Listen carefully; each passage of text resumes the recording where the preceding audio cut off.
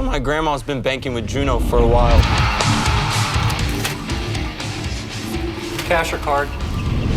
Crypto. Okay. She's been balling so hard. And with Juno, she's been getting all her paychecks in crypto. Stacking Juno coin with every direct deposit.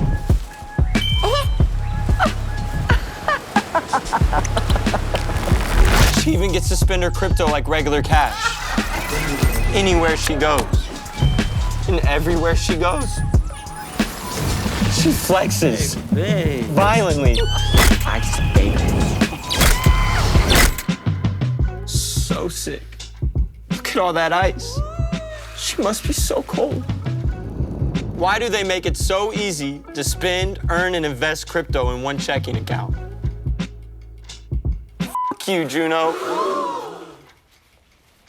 I should have listened to her when she told me to sign up.